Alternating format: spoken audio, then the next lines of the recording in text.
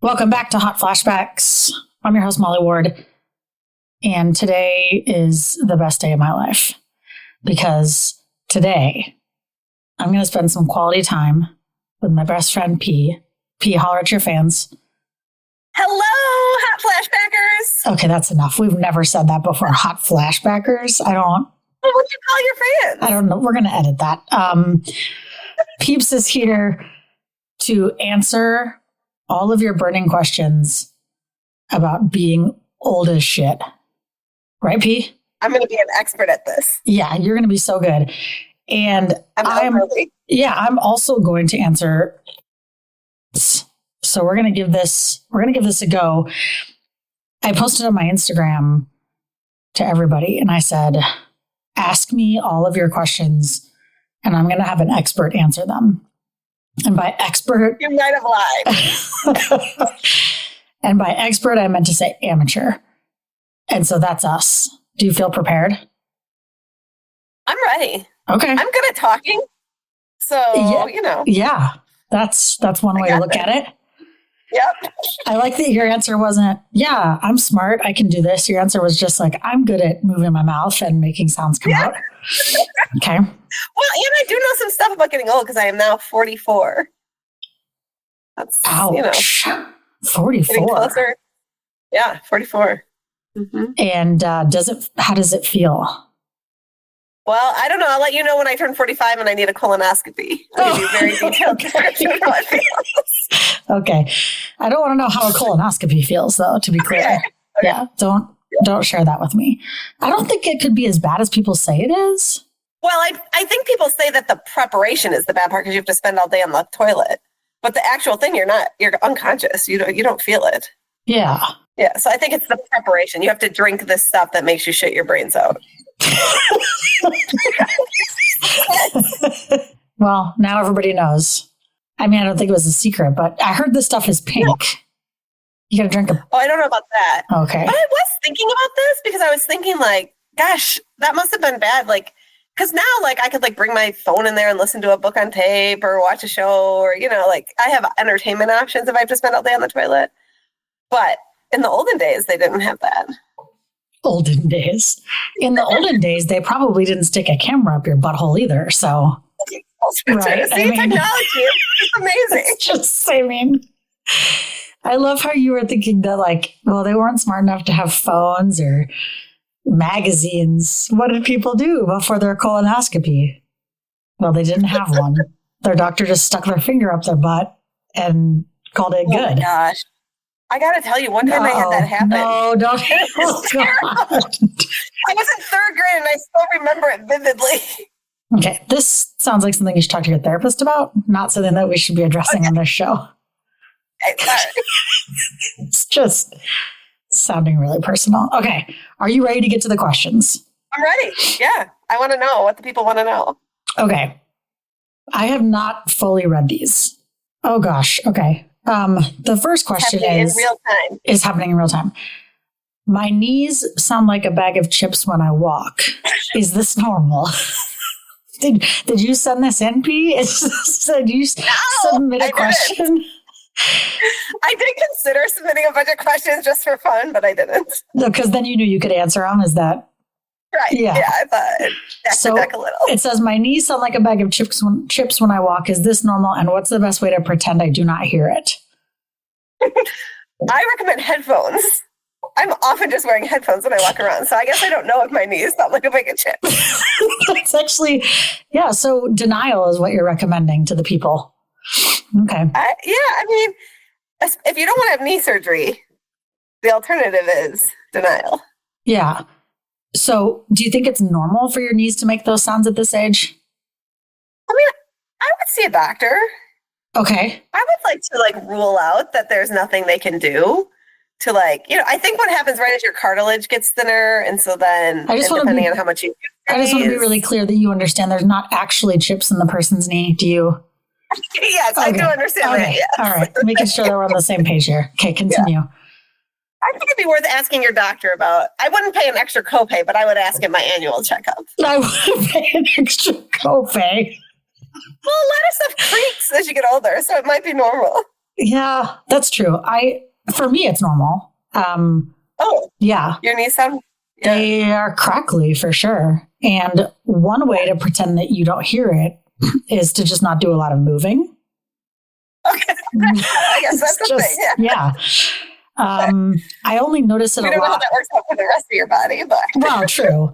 I only notice it a lot when I'm like squatting or bending down. Like if I like squat, then I can really hear it. And I went to the doctor, it's probably been 5 or 6 years now.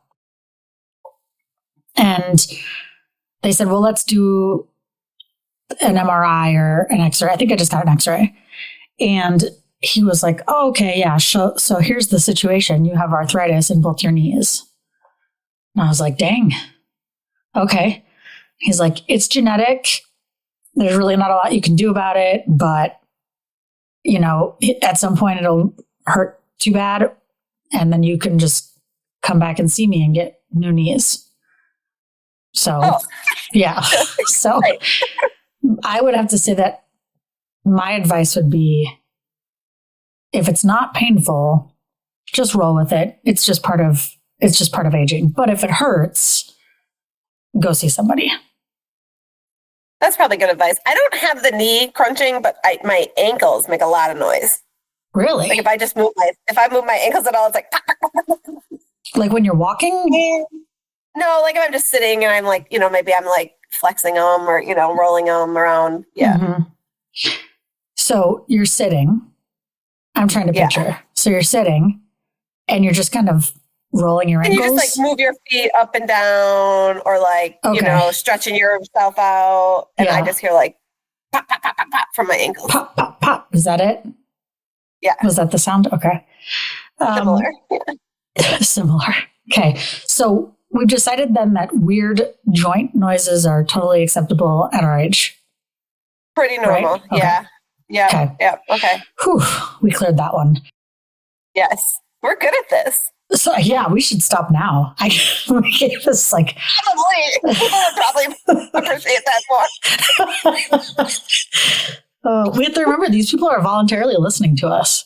That's true. They want this. This is what they came here for. This is what the people asked for. So we're going to give it to them.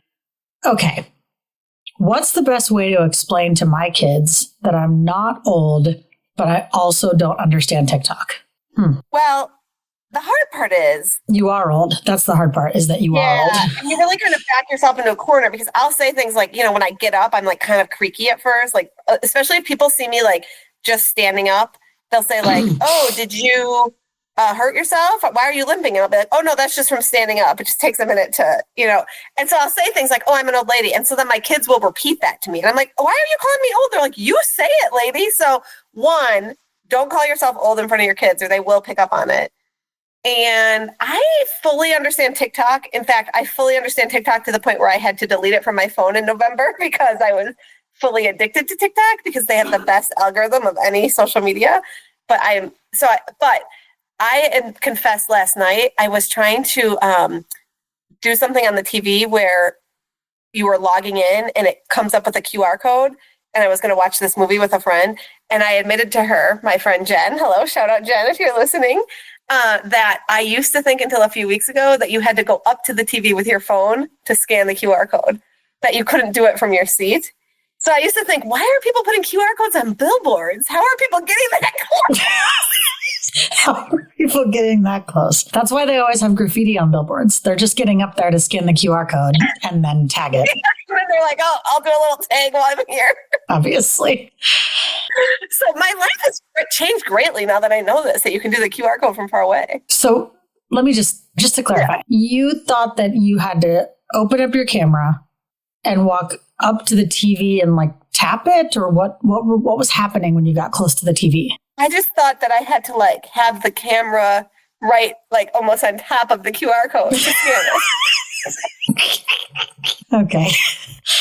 Oh, so anyways, public service message for anyone else who might believe this. You do not. You can just do it from really far away. Yeah. As a matter of fact, you can even zoom in. Yes, also. If you need to, from a seated position. It's wild the things you can do sitting down, isn't it? I know. This is what I love about it. Especially if you've sat down and you're getting ready to watch a movie and then, you're not logged in. Oh, you got to get back up. Now you don't. It's really changing my life. So I understand TikTok because I don't think there's anything to understand. No offense to the person who sent in the question. There's nothing to understand about TikTok. It's just videos, right? I think maybe what they're saying is the trends. Like there's these things that trend on TikTok and they're like so popular for like 3 or 4 days, but then the cycle changes. So she's saying she's not old, but maybe she doesn't understand like their references, right? Okay. So I'm even too old to understand the question, apparently. It's just, you had to provide me context. I don't have a TikTok, but you know what I do have that I don't understand? Discord. Oh, I don't have that. I've never even seen it. Oh, mercy. It's like... Who do you talk to on there? Like, what do you look at? Well, don't get in my business. Change me nosy. So my roller derby league moved away from Facebook for political and social reasons. And we used to use Facebook chat as a way to have different groups and different pages. And we used Facebook to have groups where we could communicate. And that was kind of our main method. And we've since moved to Discord, which I think started as an app or a website where people would talk while they game. Oh, yeah. Okay. I don't know what it is about it. It drives me crazy. I don't understand. There's threads and there's all these different hashtags and it makes me feel old. I mean, I'm using it and I think I'm doing it right, but it just makes me feel old. It's too much for me. Too much to follow. Too much to follow. Yeah. So I think that you're right. Don't say you're old in front of your kids and then they won't think you're old. I've already made the mistake, and kids also, they never forget anything. You can say it one time and they will remember it forever. Especially if you use bad words, they will remember it forever. Yeah. So call yourself beautiful and young. Oh, that's so sweet. And I wasn't talking to you. It was to our listeners. But it'd be sweet if my kids were saying, you're beautiful. See? So like, I'm going to call myself skinny and beautiful and young, and then maybe the kids will pick up on it. Don't forget rich. Right. Rich. I think they know we're not rich. They've got onto that one. Yeah, there's no confusion there. Okay, this question. I actually feel kind of young reading the questions. So, because some of these things I feel like, okay. Is it too late to start a new career? I feel stuck, but I'm also terrified and extremely comfortable in my job. No, it's never too late to start something new and to learn something new. There's this thing that goes around on the interwebs occasionally, and it talks about how like all these people, like, really famous people didn't have their first big break, and then it shows their age. Have you seen this? It's like a meme, I mean, it's really inspiring. I can't really remember. The only one I can remember right now is J.K. Rowling, and I don't want to bring up a controversial subject of J.K. Rowling. But anyway, so it's all these really successful people, and it's like in their 40s, in their 50s, in their 60s is when they first had their big break. And so I think it's never too late to change your career. And also, like, there's so much opportunity now to do things like, well, I lost my train of thought because I'm old, but yeah, I mean, I don't think it's too late. Is my answer. I was watching you thinking, she doesn't know what she's going to say. She forgot. No, I can see it in your eye. It's been a long day. It's been a long day. That's okay. I think that I'm really trying to make that stick. It is really overwhelming to start a new career. It's even overwhelming to start a new job later in life, but a new career late in life. I think you're right. You're never too old. And I feel like sometimes that could be really fun. Like it might kind of like put the excitement back into my work life if I was doing something different. And sometimes when you get really good at your job and you've done it for a while, that can be a really comfortable place to be. But at times it can also feel kind of like a lull. And so, yeah, I think it's never too late to start a new career, but you have to make sure that your family is supportive of that, because I think it takes more time and more energy when you do something new. And so just making sure that you have the support of your family to do that, because it might take you away from home more, or like longer days. That's what I always think of when I think of getting a new job. Like, oh, I'm going to have to work so long, because when I first start a job, it's like I'm, working 10-hour days trying to prove myself and figure out what I need to do and get really good so that things get easier, because they do get easier when you have done it for a while. But I think the beginning is the rough part. Yeah, there's a huge learning curve to something new. So you just have to like analyze your life and see if you're like in a place where that learning curve fits into your day-to-day life. And I think maybe because I think I've talked about this even on here before, that I have kind of thought about starting a new career, or starting a sort of what I would call like my second act, or something I want to do like when I'm closer to my retirement age. And I'm sort of in the middle of that, but it's to be honest, it's difficult, right? Like when I started 3 years ago, I thought I had the time, I thought I had the money, and circumstances change, and I have less time and I have less money. And so I don't know how feasible that specifically for me is, but it doesn't mean that I don't think it's possible for anyone to do it. And like I said, I'm kind of in the messy middle of it. So that's why I don't have a lot of good advice. Yeah. I could understand why someone would be nervous or scared to do that. And you're right. Sometimes you think you have the time and it seems like a good time, but life happens fast and all of a sudden everything can be different. So something to think about. This question, have you had a midlife crisis? That's the gist of it. Have you had a midlife crisis moment that turned out to be really positive? Have you had a midlife crisis yet, P? I don't think so. Probably the closest is this idea of like looking at weighing the options about a new direction, or, like a totally, not even just a new job, but a totally different field.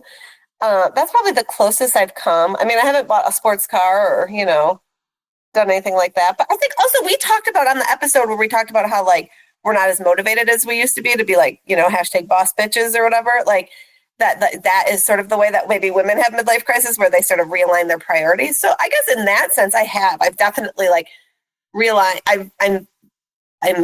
I've sort of like taken where work was on my priority list and put that lower than like where family and fun is. And so, it didn't look quite crisisy, but I guess I've sort of realigned some priorities. Yeah. Yeah, I feel like midlife crisis is something we often attribute to men having. And so I don't really know what it looks like for a woman to have a midlife crisis when I think about it. But according to the internet, there's a number of things that can cause a woman to have a midlife crisis.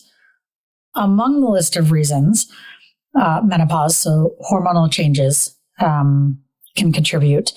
Empty nest syndrome, so I guess the departure of children from the home can leave women feeling like a loss of self or a loss of identity, not knowing who you are if you're not a mom taking care of kids, which makes sense and I understand. Physical changes, so your body changing can lead to a sense of loss of youth or that you're not attractive anymore, which can cause women to, feel like they're in a crisis. And then on the list also is career changes, existential questions, so like contemplating the meaning of life, which can be pretty common in your 40s because you're like halfway there. That's really sad to say. I know. I just saw your face. You gave me a frown. I know. Sorry, it's really dark, but and then stressful life events and major life events like divorce, illness, financial hardship. But the big one is existential questions, which can lead people just in general to feeling like trying to understand the meaning of life or their own mortality, which can sometimes lead to making rash decisions. They say that for women, a midlife crisis often feels like feeling unfulfilled or bored, mood swings, loss of interest in hobbies, reckless behavior, questioning of your relationships and your career. I think I have all those things. Maybe I'm having a midlife crisis. You might be in it. And I didn't even know. Don't know. You're having it right now. I'm having it. Okay. So yeah, it is very interesting because some of that feels like chicken or the egg, right? Because I've started noticing like more people as their kids get older, like that's when you start to see people in your sphere like getting a divorce or having a relationship change. And you're like, is that the result of a midlife crisis or is that the midlife crisis? You know, so it's like, I don't know. Some of those things feel like they might be more the cause than, I don't know. It's very interesting. Yeah. And kids leaving home is a pretty common time for people to have a relationship change. You know, maybe something someone wanted years ago and just didn't want to do because their kids were there, or maybe the kids left and everything changed in their relationship, or nothing changed in their relationship, right? Right. Or you had time to think about other parts of your life, like your career, your relationship, before you were like just focused on like, okay, let's get through this. Let's get these kids launched into the world. And yeah. Let's get these kids launched. I was thinking about that episode of Modern Family where they launched the pumpkins to see how far they can. Never mind. Okay. Yeah, I don't think I've seen that. Okay. Yeah, evidently not. So you need to up your game. But you're right. And I think also when your kids leave, and obviously neither of us know because neither of us are empty nesters, I will be in like... And I'm so far. You're so far. And I'm going to remind you of it every day. It's like, I only have like 2.5 years, really. Yeah. But I also think that I could see that when you're raising children, you spend so much time focusing on them that you're not as focused on yourself. And as they get older / move out and you don't have them to focus on, you start looking internally. And when you start looking internally, you might realize that your cup isn't full and that your relationship isn't filling your cup anymore. You know what I mean? Right. Or your job or your friends or yeah. So yeah, I can totally see how that happens to people. I wonder how you like safeguard against that. I mean, obviously like just like how any sort of crisis or switch in your life, you safeguard against it by like being emotionally and mentally healthy and analyzing things and having conversations and communication. And I also just wonder like if even sort of knowing that is helpful of like, okay, this is what might happen. I think so. I mean, I think like with anything else, if you're prepared for the fact that your relationship will look different when you don't have children to raise anymore, it probably, just like anything else, that kind of change when you know it's coming probably makes it easier to manage when you can think about what are the things that I'll need to do differently or how can I better prepare for that. And so I think as like for me, thinking about as the kids get older, you can start to create some distance between you and them, and teenagers want that anyway. So how can I start to take care of me a little bit now? What are the things I want to do to create my own life and my own hobbies and my own interests and honor those while still taking care of them so that when they're gone, I've at least kind of started that process. And I'm not just like sitting here like feeling like I don't have anything to do or a reason to be here.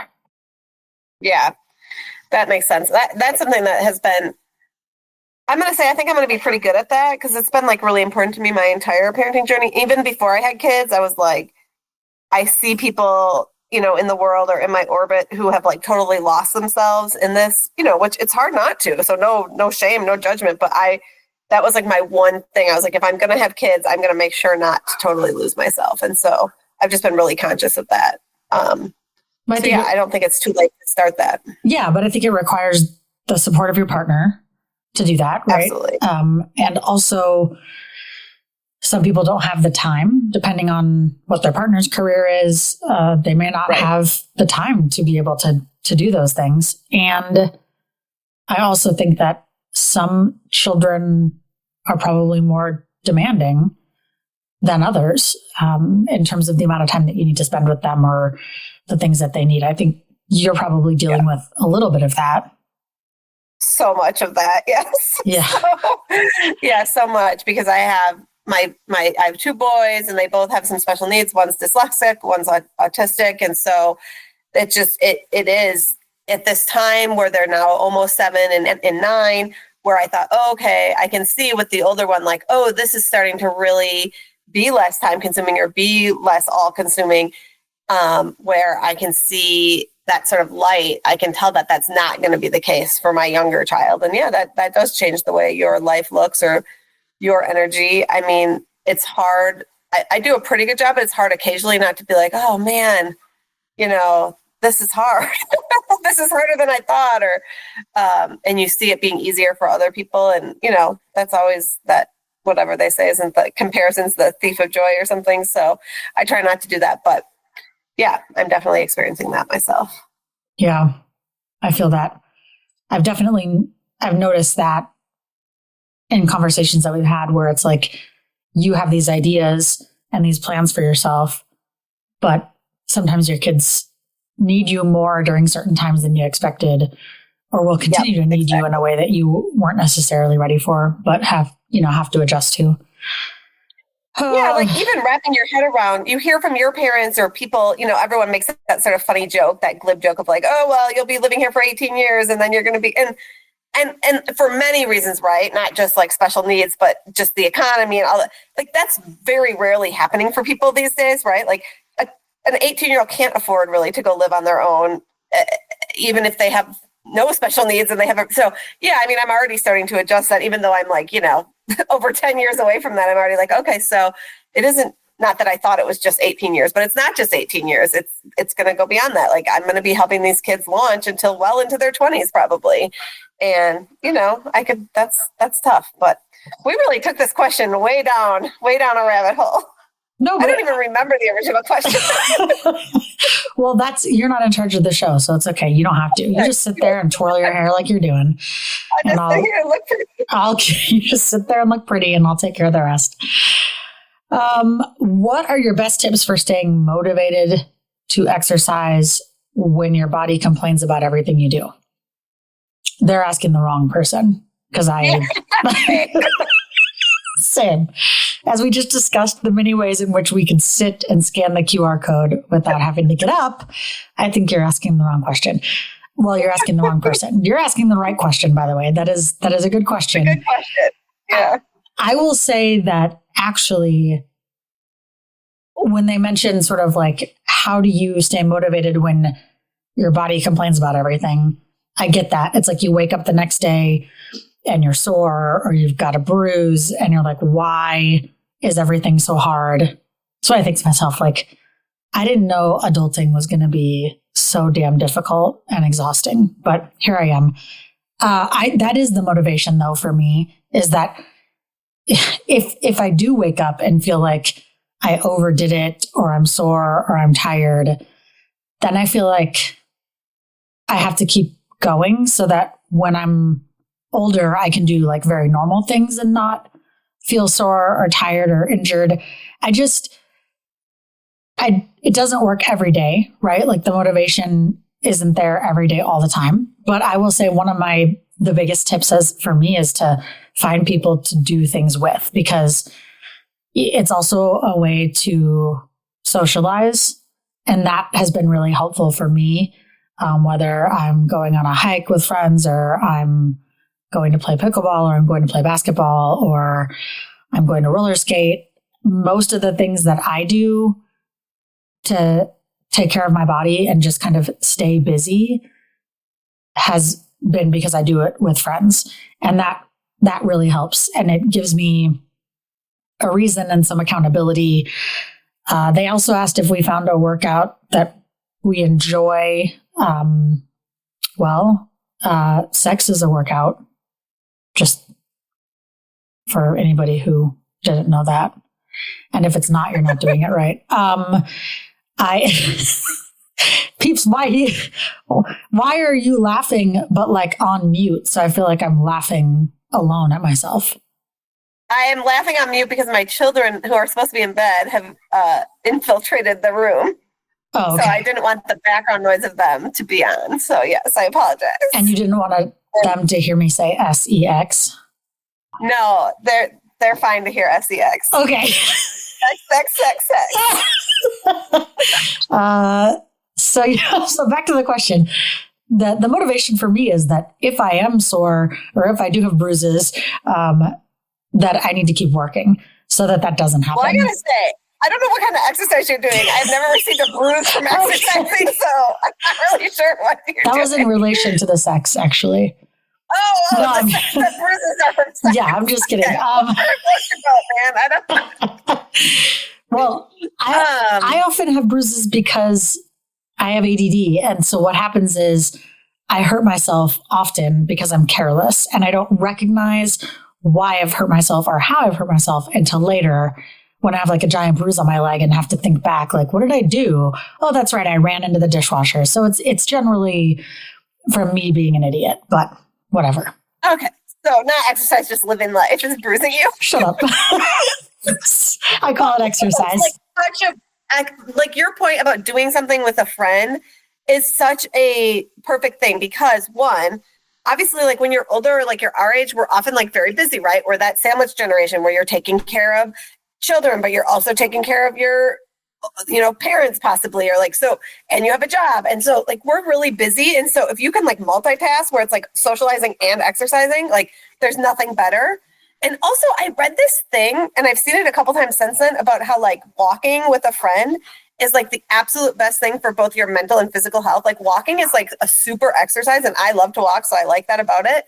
And I always try to do that. Like on every Wednesday night, I go for a walk with some of my neighbors after the kids go to bed.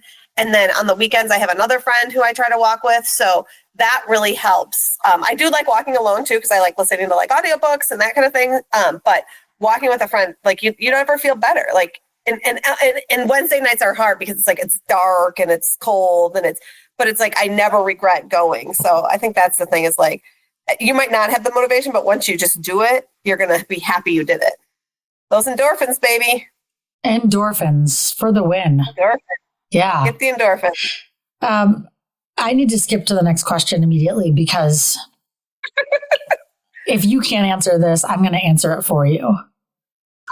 We can't wait. Okay. What's the most embarrassing aging moment you have had so far? Oh, wow.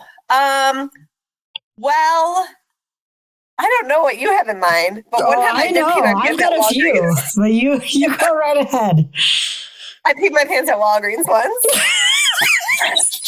waiting for the person to come unlock the bathroom. This was like 18 months ago.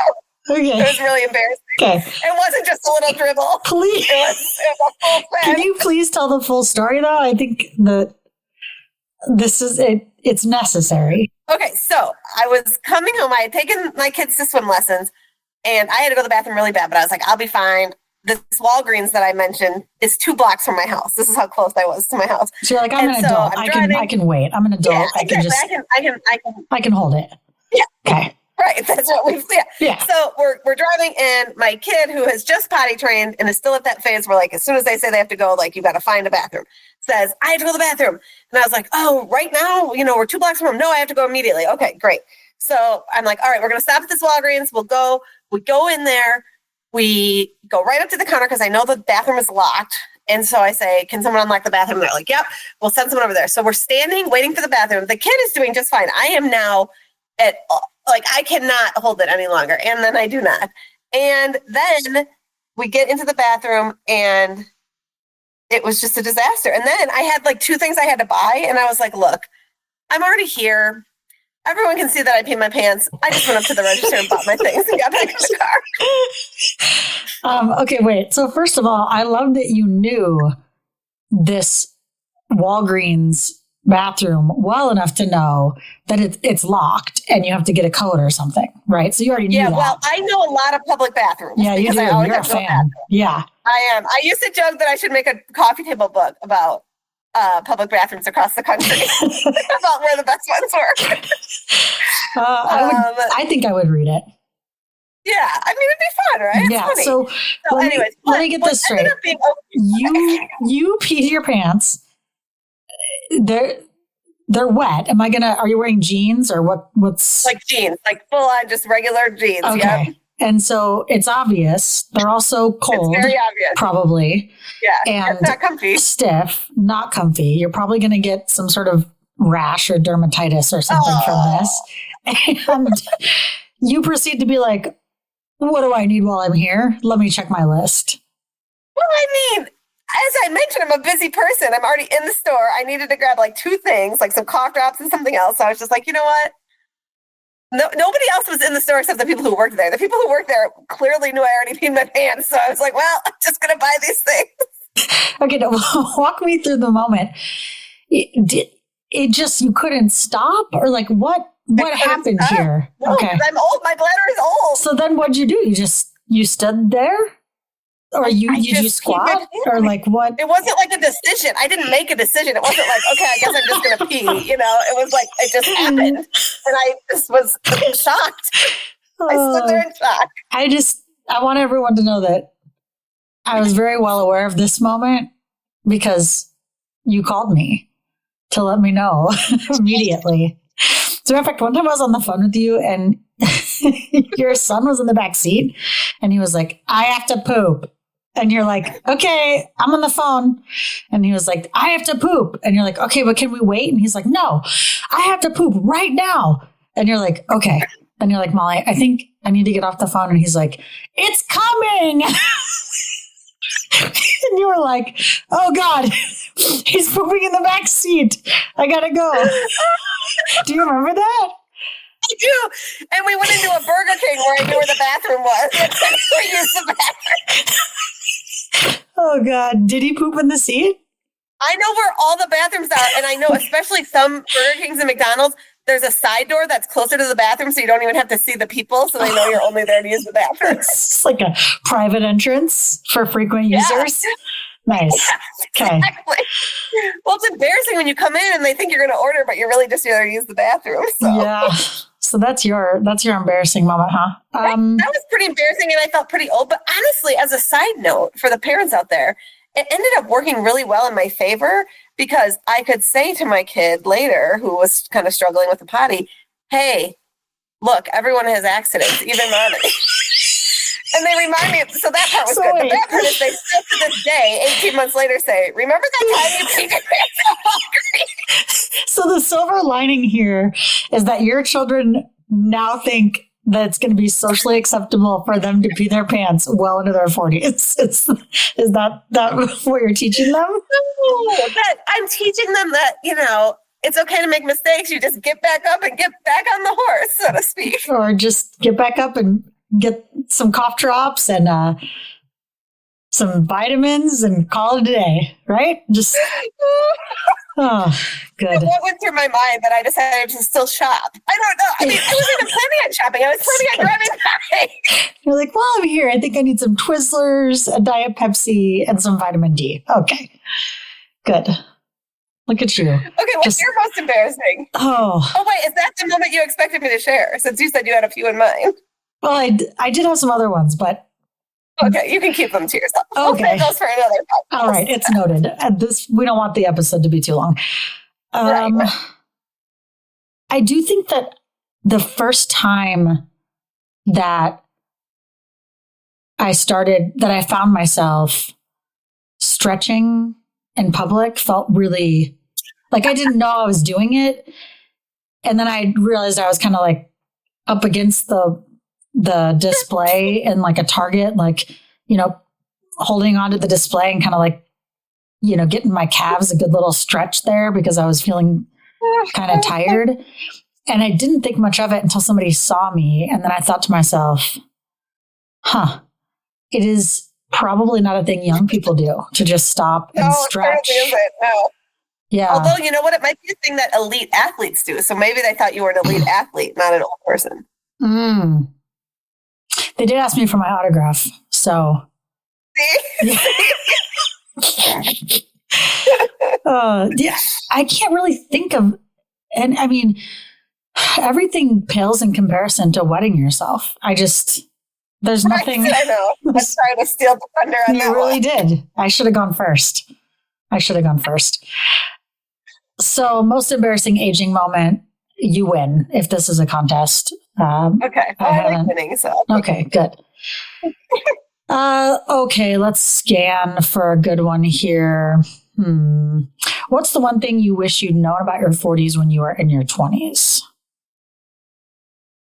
I mean, I feel like I so wish I would know how much more confident and calm, less anxious, like just how much more fun it is than you think it's going to be. Like, I like being older. Like, I just, the I don't give a fuck attitude is amazing. I cared so much what people thought in my 20s. And I just wish just to be clear, myself. You peed your pants in your 20s too, because I was there for it. So I was more embarrassed about it then. More embarrassed in your 20s. Okay. So you wish that when you were 20, you would have known that being 40 would feel so free? Yeah, that things are going to get easier. You're not always going to feel like this, like, constant tension about, like, you know, who you are or who you're presenting to the world or what, like, all of those things. And it's just like that wisdom really does come with age. And that's a really nice feeling to feel like you have a little wisdom. Yeah. I don't know that that's what I would say. But okay, what would you say?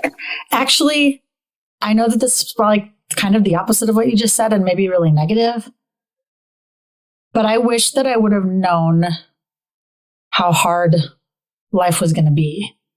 I feel like I kind of romanticized being an adult and thought, like, you know, all the cliches, like I could have, you know, ice cream for breakfast and I could stay up as late as I want and sort of and also that I would have all this money. I also thought I would have all this money. Like, I didn't realize that, because I think in college and in graduate school, it felt like I lived on so little that I thought, wow, all I have in my bank account right now is a student loan and like some money from my grad assistantship. And I somehow made it through the year. Imagine what it's going to be like when I make $35,000. Like, I just thought, yeah. I think that my perception of my future wealth was very skewed. Well, I don't think that's just you. I mean, this is a whole other tangent, right? Of like, I think that was more the case when we were in our 20s, that's what our parents and grandparents had promised us. And that is how their life went. Our life is just different because the economy and the you know, political climate, all that has changed to the point where, like, it's not like, I feel like I was told all I need is a college degree and you're going to be really successful and have everything you need. And like, that's just not true anymore. But it was true at one point, I guess, allegedly. Yeah. Allegedly, 25 years ago. That is a good one. Yeah, I mean, I don't think that's super negative. That's true. I do also wish I knew that, like, it's not like, oh, you're going to finish college and then, like, be living on easy straight. Like, yeah, there's a lot of challenges to grown-up life. Yeah, and I try to tell Aaron and Jackson that often, not in a way that's really negative, but in a way that's like, hey, suck it up, because it's not, and because I do think that I had this idea about what my life was going to be like, and it's not that I'm disappointed or that I'm struggling, but it is that there's always something. There's always something, and I just don't think that I understood. Also, maybe I didn't understand how hard my parents were working and how much it is to balance everything. And I guess I don't know that you can tell a 20-year-old that in a way that they would understand, right? But now I think back about what I thought being 40 was going to be like. And when I take away kind of the feeling old or that, like, what I might dress like and how I might wear like orthopedic sneakers every day, Peeps. Same. I'm talking about you. I think that I thought that things were just going to come a lot easier. And there is a basketball coach. She coaches for, I think, Duke. And she said something, it's been probably a year now, in one of her speeches to her players that kind of went viral. And she said, you know, don't sit around waiting for things to get easier. You know, you think, oh, well, I'll go back to school next year when things slow down, and I'll apply for a better job, you know, in 6 months when things get easier, and that eventually things are going to get easier. But she said this, it's not true. Things don't get easier. you just get better at handling hard. And I think that's really good perspective in a way that's not too negative. Is just that life doesn't get easier as you get older. It does keep getting harder, and you just get better at handling hard things. And the truth is, I think about the things I've handled at my age now. My 20-year-old self could have never handled some of the things life has thrown at me, you know? Yeah. Yeah, that's great. So it's kind of like maybe the thing you would tell yourself is like, you can handle it. You're going to be able to handle it more. You're going to be able to handle way more than you think. And the downside of that is that you're going to have more opportunities to test that muscle or whatever. Yeah, don't tell me what to tell myself, okay? what I'm going to tell myself is that, I can do hard things. I think I wish that I would have known when I was 20 that I was capable of doing hard things and being okay. Because when you're 20, it feels like you don't know if you're going to be able to do hard things. But I've persevered. That's awesome.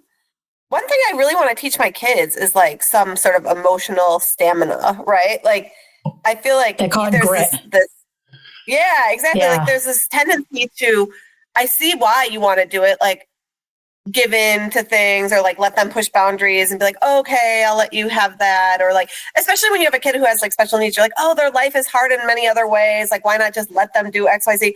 But like, if you're doing that, you're doing them a disservice because you're not teaching them that. And I'm like, I need to keep doing that and keep doing a better job at it. Because my kids are also like pretty sensitive, which is great. I tell them like, it's great that you are in touch with your emotions and that you feel your feelings and like, that's awesome. But also like, you got to feel your feelings while you keep on going. You can't just stop every minute to like, have a little cry. You got to feel those feelings, be in touch with your feelings, but you got to push through.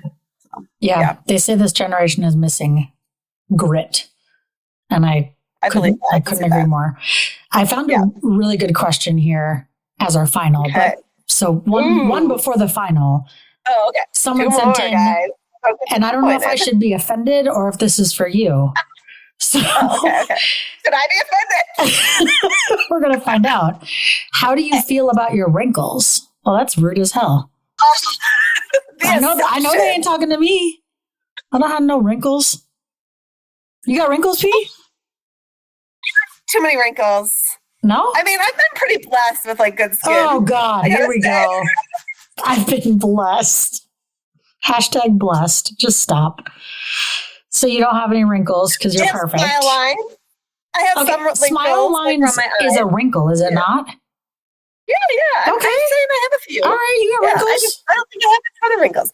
I don't feel any way about them. They don't bother me. But you know what has started to bother me? The like loose skin under my chin.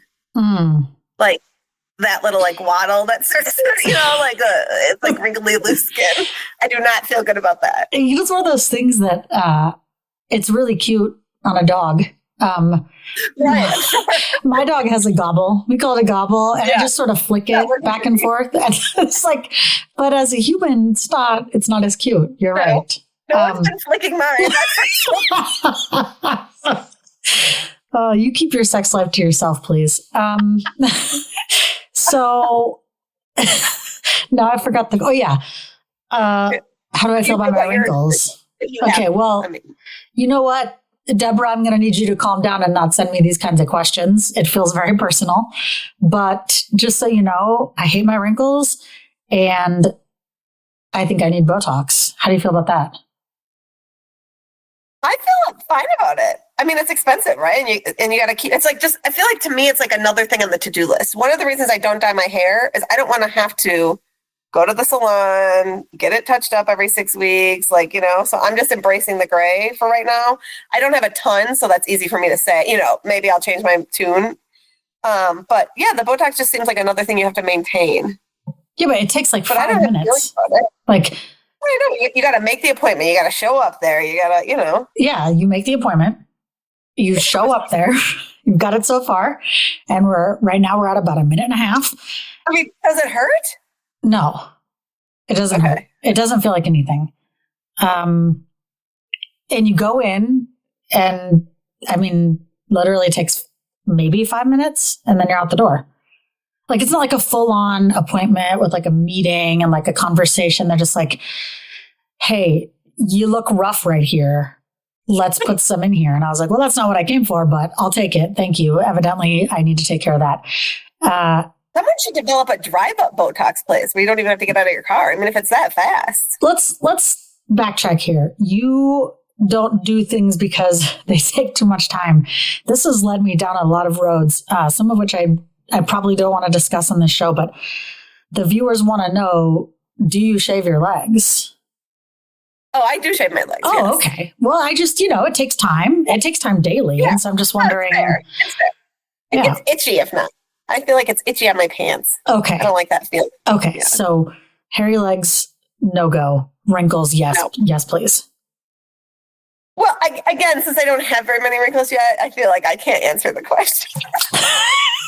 So the question was for me, is what you're saying. Okay, that's fine. I think that all of my wrinkles are from laughing.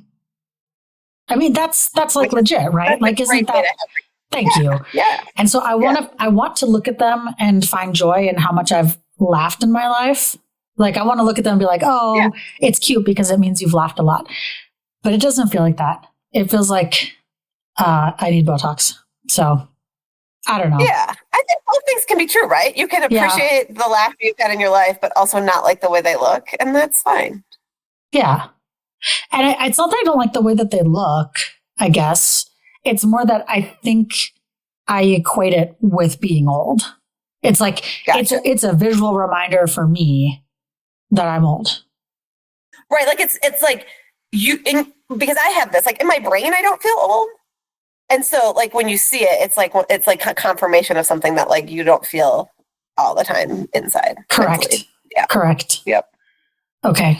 We really hashed that one out. All right. We did. Final. This is a good one to end on. Okay. What are you looking forward to or most excited about in this next decade of your life? Oh, wow. That is a good one. Okay. So in 10 years, I'll be 54. I don't know. I mean, there's something like, okay, so when I was in my 20s, and I was like really career driven and really like wanting people to see me as successful, I was really excited to turn 30 because I thought like people were going to take me more seriously. Like I was like, oh, there's something different about saying I'm 28 versus I'm 30. Like I thought like, oh, people are going to think I'm like a real professional now. And I kind of feel that way about turning 50. Like I'm sort of looking forward to it in a way of like, now I'm like a real adult. Like maybe I'm going to feel like a real adult in the next decade. You don't feel like one now? You parent children and a husband. I do feel like one in many, many ways. But in other ways, I do kind of feel like I keep waiting for someone else to show up who's going to be in charge. Really? It's me. Yeah, I'm coming. A little bit. I'll tell you how to do everything. Please. I'll let you take over. You're good at things. I would say in the next decade of my life, I am looking forward to dramatic pause. I kind of, it's funny that I haven't given this a lot of thought. No, me either. Yeah. Like, I want to say retiring. You'll be empty nesting. Right. Well, I will be that. Yeah, I will be empty nesting, hopefully. I want to say retiring. In my younger years, I would have thought that I could have it together enough to retire by 50 or 53, but now I'm going to work until I'm 93. So they're going to carry me out of my job, dead in a body bag, probably. Because I'm going to be, but I'm not going to let that happen. I am determined to make sure that I live a good life now and still plan to live a good life later, and not the kind of person who works until they die. Like I don't want to save a bunch of money for retirement and end up dying at 62, and like what was the point? So yeah, I mean, I think I would say in the next decade, I look forward to having potentially my last job. Like I think about. Oh yeah, that's exciting. Yeah, like maybe not last, but like, and like career wise, yeah, I'd like to like make my big career move or my big job change or the big move out of this state to like the place where I want to be for a while and finish my career somewhere, I look forward to that, that I find that opportunity. And yeah. I love that. I really have to think about this. That's a great question. I don't know what I'm looking forward to. You get so stuck in the day to day, it's hard to like look forward like that. I like to think about that. Yeah, I feel like when you were whoever asked that question. It's a good one. I feel like when you were 20, you were doing a lot of looking forward. Always, yeah. So different. And then you get to a stage in your life where it just feels like you're just doing the thing every day. Like it's just And we talked about that before because everything, I have such better memories of my 20s versus my 30s. And I think we determined that it's probably one of the reasons is like you're doing something different all the time. Where in your 30s, you're kind of getting up, doing the same thing. Not that your life's boring, but just like there's not as many big moments to sort of recall. And so I bet that feels like that's the same. Like in your 20s, you're always looking ahead to the future because it's like everything you're doing or everything I was doing was in preparation for the future. And now I'm like living that future, so I haven't thought about what's next. I do think when I was talking earlier about midlife crisis, one of the things it said was boredom and lack of fulfillment. And I could see that, in your 20s or 30s, you're having all these new experiences.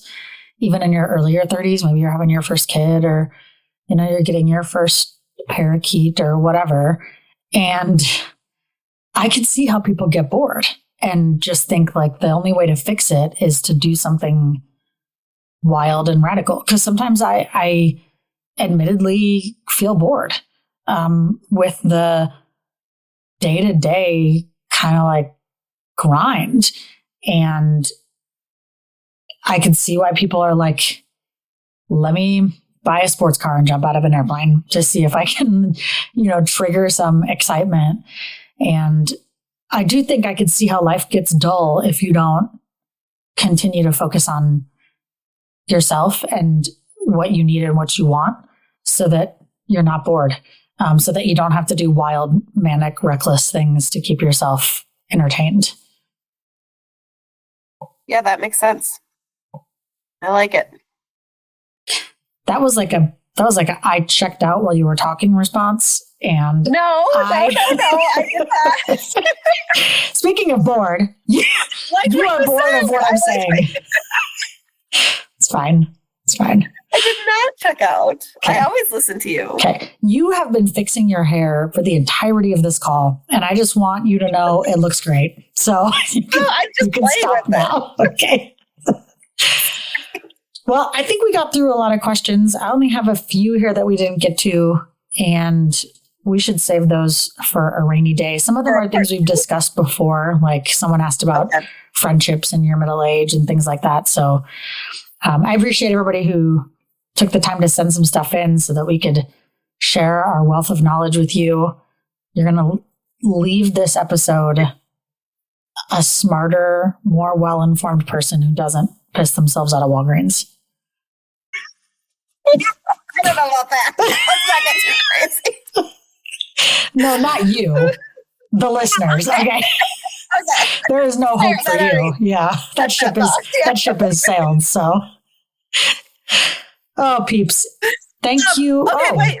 Okay. Yeah. You run this show. Fun. I loved it. I wanted to say one more thing though. Okay. Do it. I saw also on your Instagram, us hot flashbackers have been doing this. You've been doing this for 1 year, and I wanted to say congratulations. Thank you. Yeah, I appreciate that. I don't appreciate when you call yourself a hot flashbacker, but that's okay.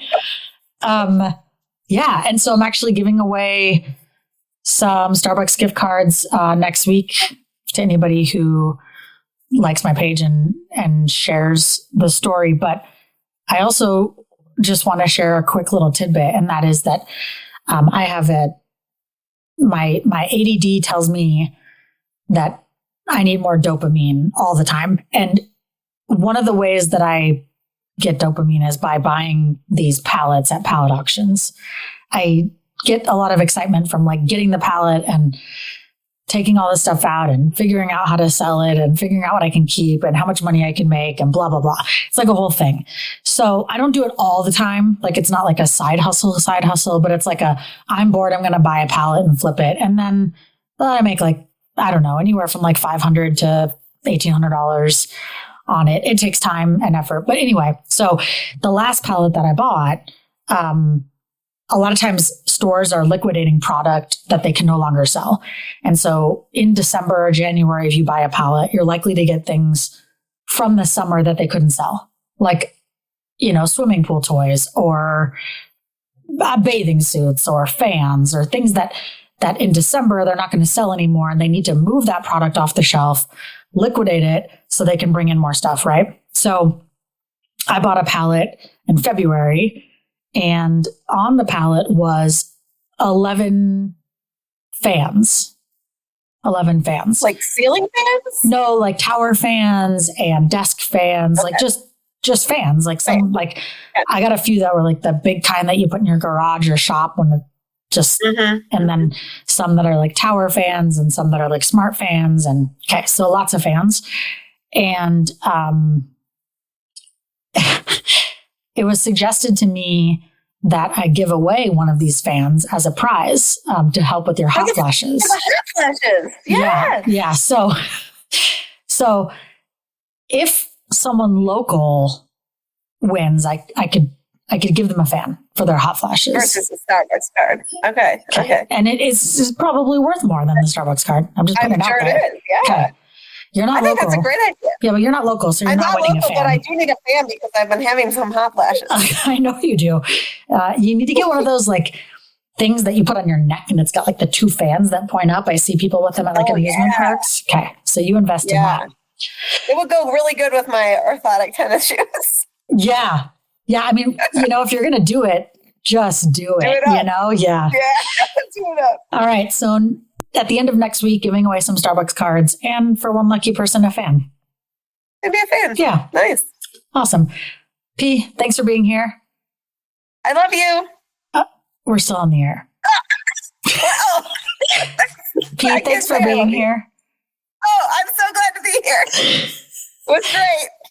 Thank you. This is Hot Flashbacks. We're out. Peeps.